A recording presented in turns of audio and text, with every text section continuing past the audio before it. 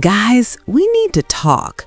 Pull up a chair, grab your hydration drink of choice, and let's just take a deep breath together because what we just witnessed in Thailand was absolute, unadulterated chaos.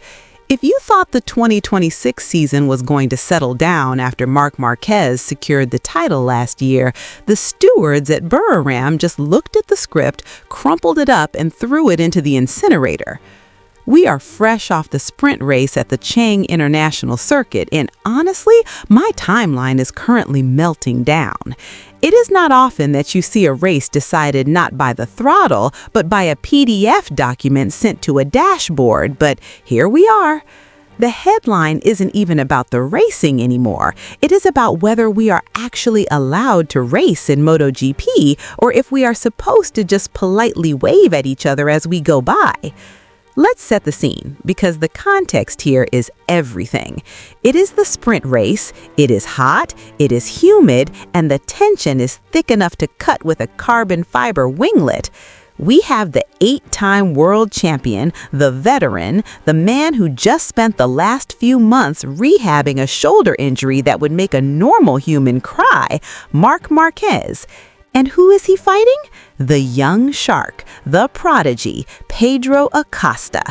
It is the battle everyone wants to see. It is the past versus the future. So we get to the second to last lap.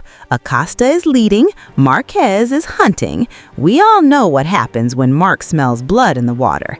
They come into turn 12, and Marquez decides it is time to go. He launches a maneuver that, in my humble opinion, was aggressive, sure, but was it dirty? That is the million-dollar question. Marquez dives inside, Acosta has to open the door and runs wide. Crucially, and I cannot stress this enough, there was no paint trading, no contact, zero, zip. Acosta goes wide, Marquez takes the line, and we're thinking, wow, what a move. It was classic hard racing, the kind of stuff that makes you jump off your couch and spill your snacks. But apparently, the race direction saw something entirely different. While we were busy high-fiving the air, the stewards were busy typing up a penalty. They decided that Marquez's move was irresponsible riding and slapped him with a penalty, drop one position. Now here is where it gets absolutely comical. They didn't announce this immediately. Oh no, that would make too much sense. They waited until the race was practically over.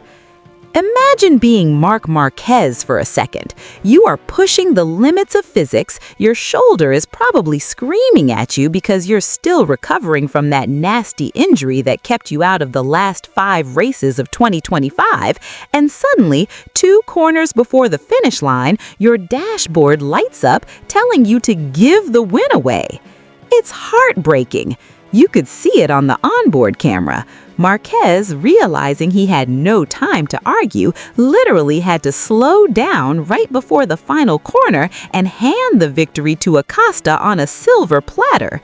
It was the most anticlimactic end to a thrilling duel I have ever seen. It felt like watching a movie where the hero defeats the villain only to trip over his own shoelaces in the final scene. Naturally, the internet absolutely exploded.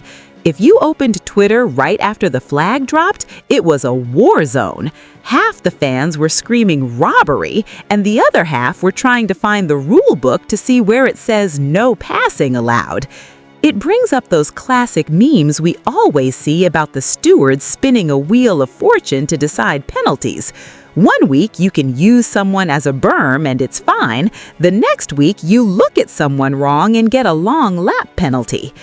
Davide Tardozzi, the Ducati Lenovo Team manager, was not having it, and honestly, I love Tardozzi when he's fired up.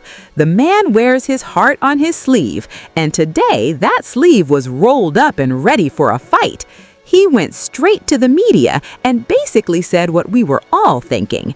He pointed out the obvious. Marc didn't touch Pedro, Marc didn't go off the track himself, so where is the foul? Tardozzi called it unfair and said that these kinds of maneuvers are just part of the sport. He's right, isn't he? If we start penalizing overtakes where the other guy just gets spooked and runs wide, we're going to end up with a parade, not a race. Tardozzi even made a great point about the riders themselves.